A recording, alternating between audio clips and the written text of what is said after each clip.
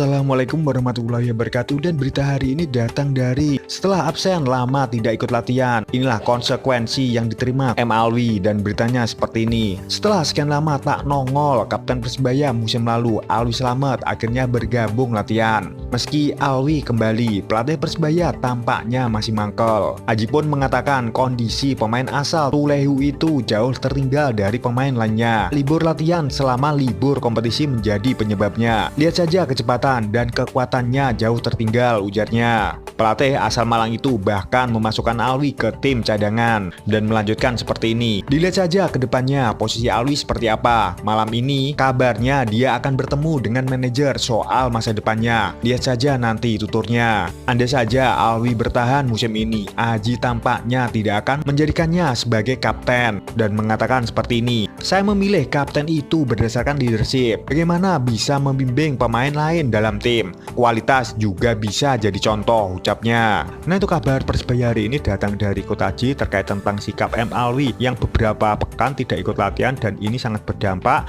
khususnya bagi Alwi sendiri. Terbukti kemarin dia gak bisa menyesuaikan standar kebugarannya dengan pemain Persebaya lainnya, alias kondisinya tertinggal jauh dengan para pemain yang sudah berkumpul selama 2 pekan ini. Yuk, semoga baik dengan kejadian-kejadian seperti ini bisa menjadi pelajaran buat Alwi, ya tambah disiplin, tambah bagus, dan bisa menjadi contoh pada pemain Persebaya lainnya. Nah, mungkin sampean seperti apa, sampean juga pasti punya penilaian tersendiri yang terbaik bagi kanggo Persebaya untuk kedepannya. Berita selanjutnya datang dari inilah alasan Dusan Stefanovic datang terlambat ke Persebaya, dan beritanya seperti ini. Pemain asing Persebaya segera merapat dan mengikuti training camp bersama tim di Yogyakarta.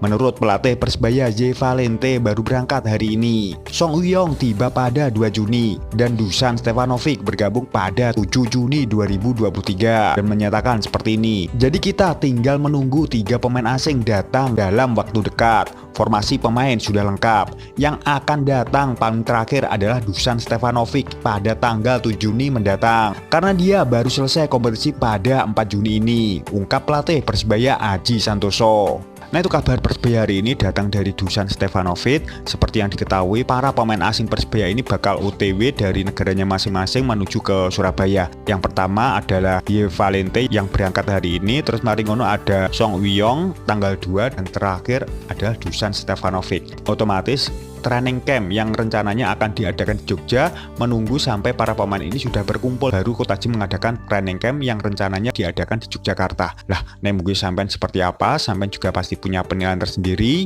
yang terbaik bagi kanggo Persebaya untuk kedepannya. Dan salam satu nyali. Wani sebelumnya, assalamualaikum warahmatullahi wabarakatuh.